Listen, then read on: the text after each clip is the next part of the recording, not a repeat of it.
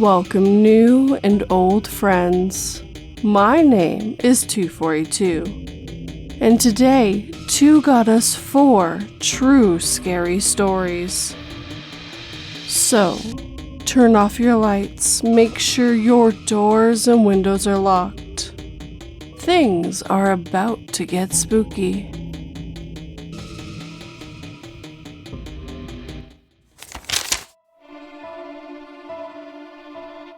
My neighbor's dog was so cute and friendly, so I was really confused about why he attacked me.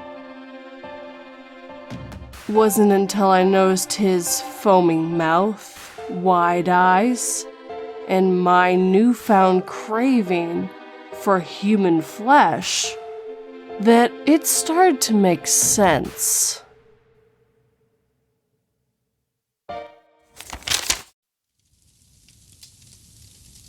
Followed on the Subway by Zinging Cutie 30. Hey, this is my first post, so I'll do my best to make this interesting. This happened to me in the summer of 2015. I was dating a guy who lived in the city, and I lived at home at the time in the suburbs. Neither of us had a car, and since I lived at home with my bedroom right next to my grandma's, I always went to him. I take the subway to his place every week and stay for a couple of days I had off from work. To get to his apartment required 2 trains. One day I was heading to see him. It was super hot out, and I was wearing a skirt with straps, a crop top, and knee-high socks. Hey, I wanted to look cute. I guess I feel this is important as I probably stood out in this outfit, and unfortunately I probably should have been more careful about what I was wearing, which sucks. Anyway, I'm on the first train, and after a few stops, I notice a guy get on. I kinda could not notice him, as he chose to stand right in front of me, where I was sitting, and stare at me, rather than take an empty seat. It made me feel weird. The man in general gave me a very creepy vibe. He was probably in his 40s, looking unkempt but otherwise kinda just basic looking white dude whose face I can't even picture now. So I get off at the last stop and head through the station to where I need to catch the second train. But I notice this guy is following me, which at first I figured wasn't a big deal. He could have been just going to the same place. So to get to the platform I need to go up some stairs, and I realized he's right behind me. I decide to turn around and go to a different platform, which just happened to be packed with people. Thinking if he's following me, then this is bad, but maybe I can lose him in the crowd. He follows me, and I try to duck out of view before going back to the actual platform I need to be waiting on. I get there, and for a few minutes I feel better, until I see him again. He must have known I'd be there after I'd gone up there and then turned around. Plus, it was only the other platform, and most likely he saw me the whole time. There weren't too many people waiting compared to the other side, but a few trains came that were full, and I didn't bother trying to get on, and neither did he. The whole time I'm texting my boyfriend, who's not taking me serious at all. I asked him to at least meet me at the station when I get to the stop by his apartment, a 5-minute walk. And he's being reluctant, but agreed finally. At this point, though, I'm still waiting on a train. One comes that's very full, but I'm getting restless and want to get to the safe place, so I squeeze on. And so does the man right next to me, with his arms over me. I decide that even with all these people around me, I'm not safe, so right before the door closes, I hop out, and the train leaves with the guy on it staring at me as it pulls away. I waited for a few more trains to come and go, worried the guy would be waiting for me at the next stop or something. I got on the train finally, paying attention to everyone who got on at each stop. He never did, and I made it to the stop greeting my boyfriend, who seemed put out of having to walk over. He's an ex-boyfriend, and was generally kinda shitty. I'm really proud of myself for getting off the train at the last second. I don't know how much danger I was in, but I know the man was following me and definitely wasn't for any wholesome reason. And despite being public, I feel like if he had tried anything, no one would have done shit, and I'm a very small and not strong person. Okay, well, thank you for listening. I have another story about a stalker that's got a lot of details. I'd be happy to share it if anyone's interested. I just need to condense it.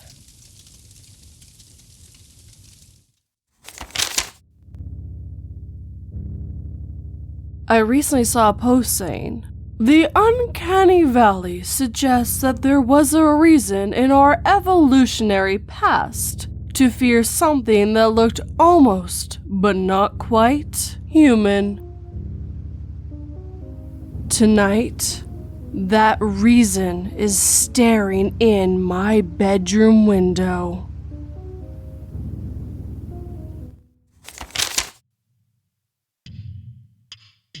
Time I almost got kidnapped, murdered, by HiccupsCapone.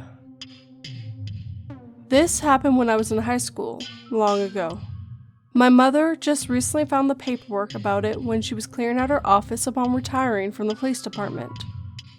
I remember being upset and scared when it happened, but reading the details as an adult, it sounded even worse than I remembered.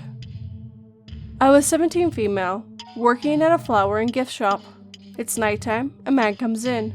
Short, overweight, balding, 40s, creepy. He tells me about how he needs an apology gift for his girlfriend. So I offer him a bouquet. Obviously, it's a flower shop.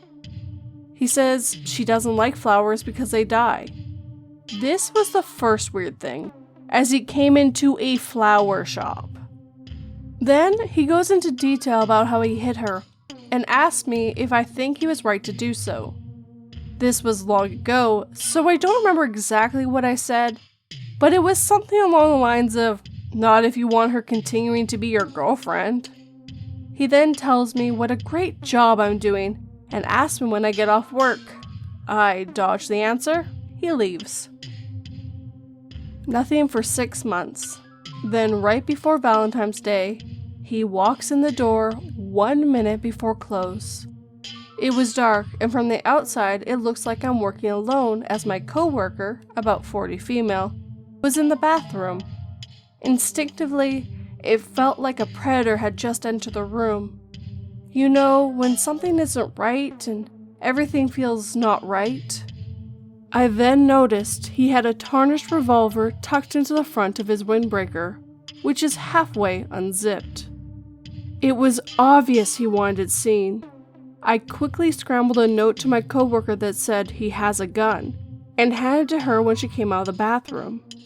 She calmly walked to the phone and looked at me, wordlessly asking if she should call the cops. I shook my head no, as I felt it would escalate the situation. God forbid he heard the police coming and took us hostage or something. I was just going to try and act as calm and normal as I could, and hopefully not tip the situation into something more dangerous. He spends 15 minutes wandering around what was a fairly small store. In retrospect, he was probably waiting to see if my coworker would leave, as it was now well past closing. Finally, he placed an order for pickup on Valentine's Day, which gave me his name and info for the police report I was sure as hell about to file. He buys a card and pulls out a wad of $100 bills, which he slowly thumbs through as though looking for the right one which to pay for his $40 order. I asked him if he wanted a bag, as it wouldn't be very inconspicuous if he showed up at home with a Valentine's card. He replies, "No, I didn't feel like being inconspicuous tonight," which seemed like an obvious reference to the gun hanging out of his coat. He leaves. We quickly lock the door and watch him sit in his truck outside. We were not about to exit the shop until he was gone.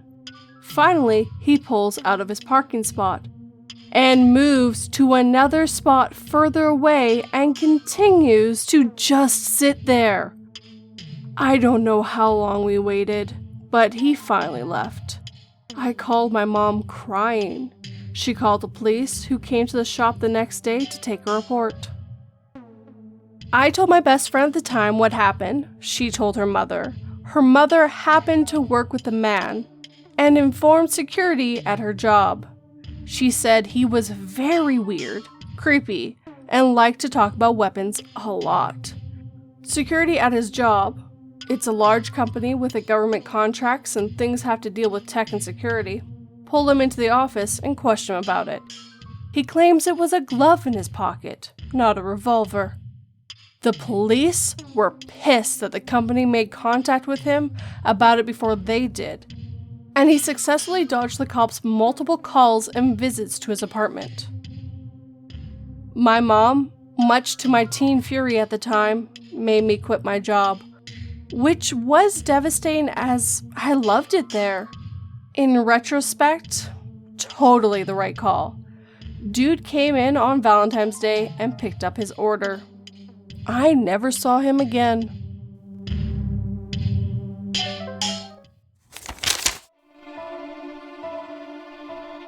As I hold his lifeless body, wondering what I'd ever do without my twin, I hear a voice behind me.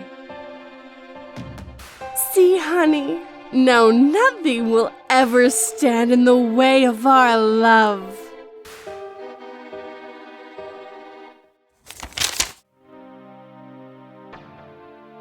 Not all guests are welcome by KittyKatHasClaws. I've been working for an independent hotel for just over 4 years now. We're the #1 rated hotel in our city, and proud of it. I mostly work in housekeeping, but I have done some time at the front desk as well. I love my job and have always said that my bosses are great. Now, being a housekeeper, I've seen some things. I've seen a room where someone snuck in their dog, kitten, and chicken. We don't allow pets. I once had a room that I was cleaning as a stayover that had a tripod set around the bed, professional camera equipment cases, an adult-sized pacifier, on-site, an extra-large sized children's diaper. The 2 people that were in the room were in their early 20s. I even had a room once that we had to call the cops on for a raid because we found meth. They found a lot of drugs and guns in that room. But today is the first time I've ever actually felt scared to be in a guest's room. As I'm working on a room that's already been vacated, a man in the next room over catches me at my supply cart. He's set up to stay for several days and tells me, "You can go ahead and clean my room now. I'm going down for breakfast." Excellent. I love getting my stayovers done early on. It makes things easier for the people working in laundry the sooner we get the dirty laundry down to them. So, I popped over into his room, opened it up, and propped the door open with a stopper like we always do. The first thing I noticed is that he has around 20 prescription bottles lined up on one of the 2 beds, along with insulin and needles. I'm nosy, I'll admit it, and I wanted to see what he was on. Oddly, it was only 2 different types of medication for all 20 bottles.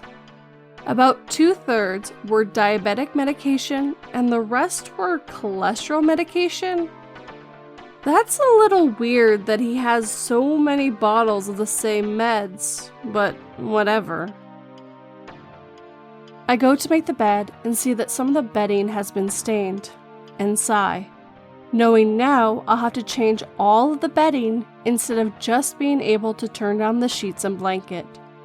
So, I leave the room, close it behind me, and go and get the linens I need, and then head right back to the room.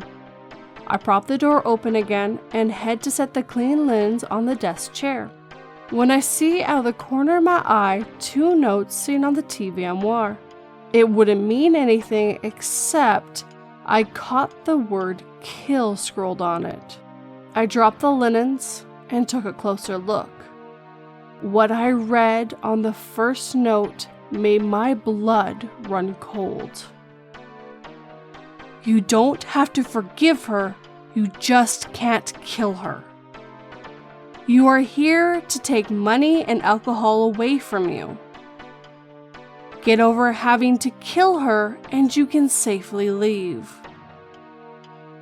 My heart was pounding. My eyes went to the second note, which had just looked like a to-do list at a first glance, but in the end made my stomach churn. Spray and wash. Apply for Medicaid. Insubordination. The soul is healed by being with children.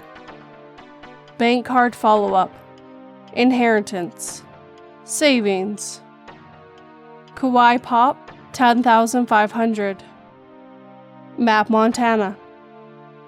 There will be a day of reckoning.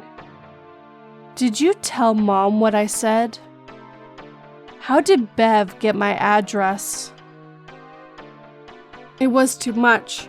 I quickly snapped a picture of them on my phone so I could show my boss why I would not clean his room. I left the room quickly and closed it up behind me. As the door closes, I turn to see the man just 10 feet away from me, coming back to his room. My heart was in my throat, but I managed to smile and tell him, "I need more supplies. I'll be back to your room in a bit." I took off straight for the elevator, having noticed our maintenance man waiting for our slow transportation. In a hushed tone, I tell him what I found, and he sees I'm shaken, not a normal state for me. He rides down with me, and I go straight to my boss and tell her that for the first time in all these years, I'm not comfortable being in a guest's room. I show her the picture, and her face is still impale. She goes to the front desk and asks for a general manager for a minute of her time, and brings me into the office to show her. She agrees this was not a safe situation, and took our maintenance man with her to go inform the man he had 1 hour to get his belongings and leave the hotel, and he was not welcome back. I spent a few minutes in the laundry room trying to calm down. Then my boss went back up with me to the floor until the man was officially out of the hotel. I don't know who Bev is.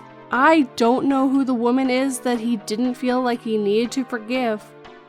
But man in room 422, let's never meet again.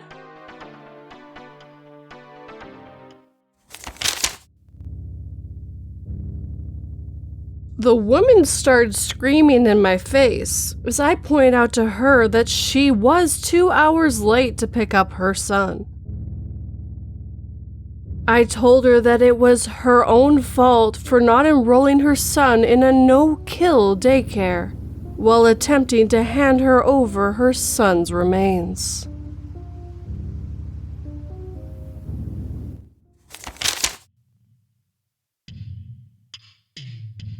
The sound of the door opening in the middle of the night. By Alternate. This happened a long time ago. At the time, I was living alone in a first-floor apartment. My girlfriend had been sick at the time and ended up in the hospital dealing with a rare disease. She recovered fine from it, but during those weeks, my life was pretty much go to work, go to the hospital, be with her, come back to the house for dinner, and then bed. It was Friday night and I was alone, so I decided to distract myself by reading and watching some videos on YouTube. Hours passed, and at 3 a.m., I was in bed with my iPad in hand, almost falling asleep. Then I heard it. I knew that sound pretty well. You see, outside, right in front of my bedroom door, there was a long corridor that leads directly to the kitchen. This apartment was in a building built in the 50s, and the kitchen door was old and had become slightly bent. That meant that whenever you turned the doorknob to open the door, it would snap out of its place with a distinct clack sound. That was the sound I had just heard. A lot of thoughts ran through my mind in that moment. Had I dreamt it in my semi-sleeping state? Or maybe the sound was real, But what had happened was the doorknob's internal mechanism broke and it opened by itself. Or, of course, maybe someone was in my house and they had just opened the door. At this point, my heart was racing and I started considering my options. I had a broomstick next to my bed. You may ask why I had it there, and to be honest, I had it exactly because I lived alone and thought one day I might be in a situation like this, where I would need a weapon. My girlfriend even used to joke about it, but I guess my paranoia was now paying off in the most unfortunate of situations.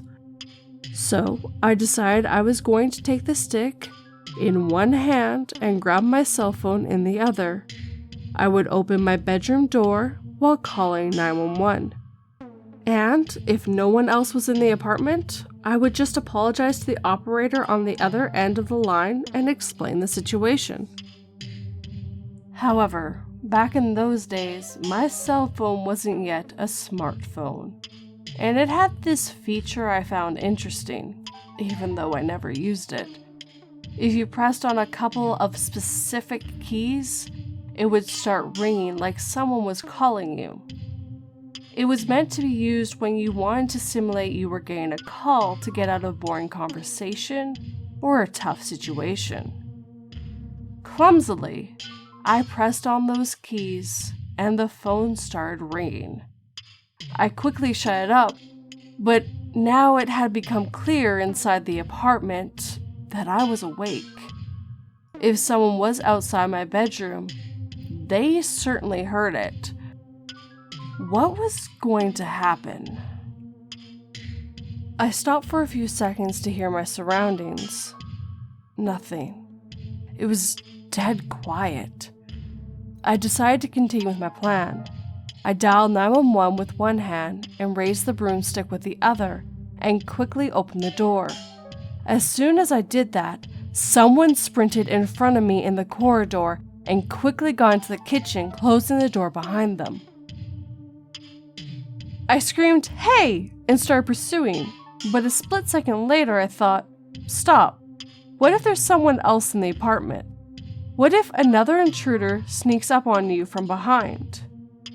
In front of me was the corridor to the kitchen, but to my left was another corridor that led to the living room and office.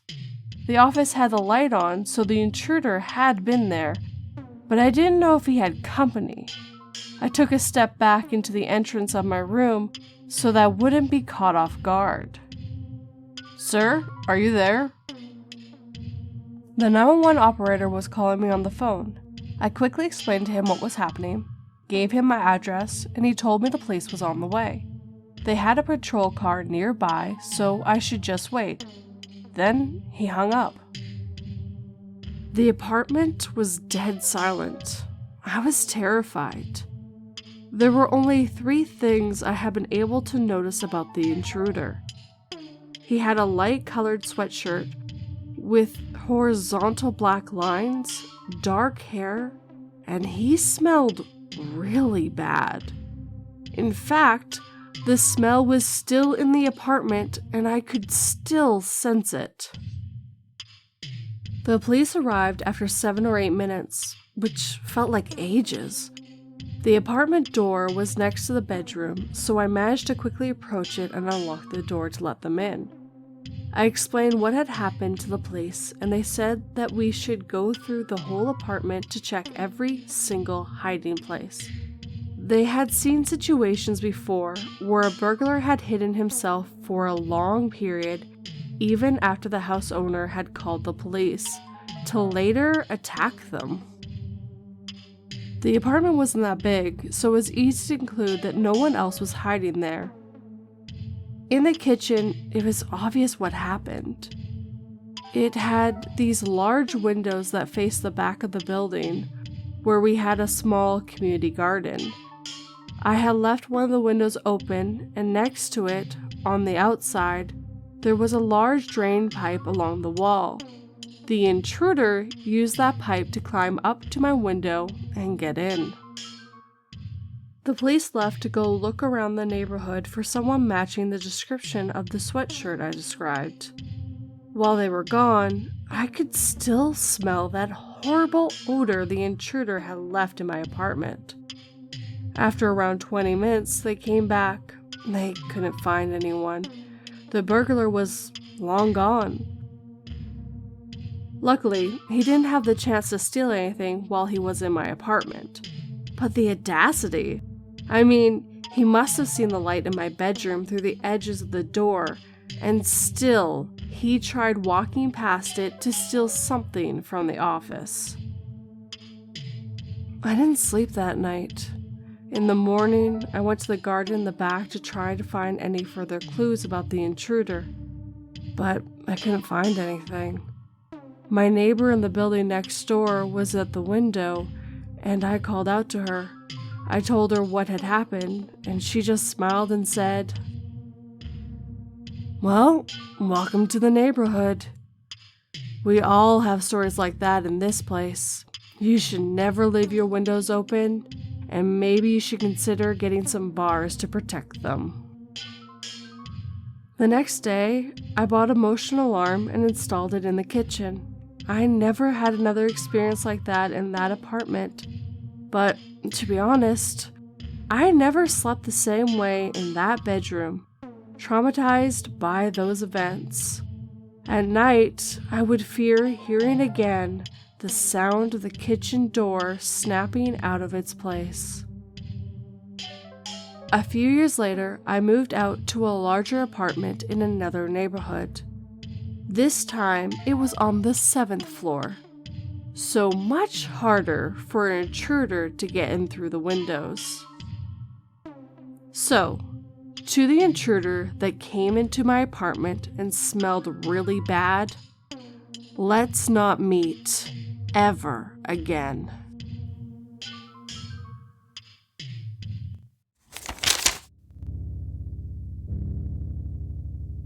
The cure-all was developed almost 10 years ago and abolished almost any medical problem humanity could possibly face. To keep the population in check, the laws were adjusted, and now even a simple jaywalking results in the death penalty.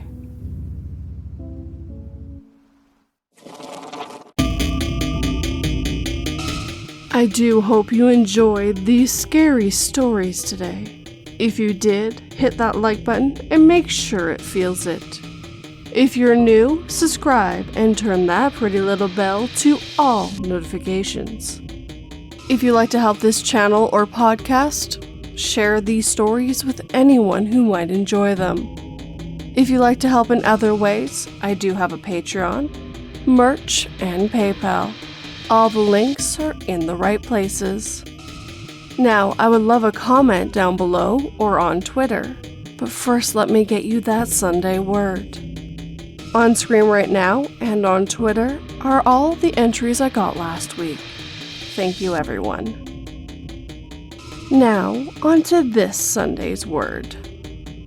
This Sunday's word is yearn, which means have an intense feeling of longing for something, typically something that one has lost or been separated from. So again, leave me a comment either on Twitter or down below, and you'll be featured on next week's Sunday Word entries. But as always, guys, thank you for watching and listening. It really means the world. Sleep tight, and don't let 42 bite.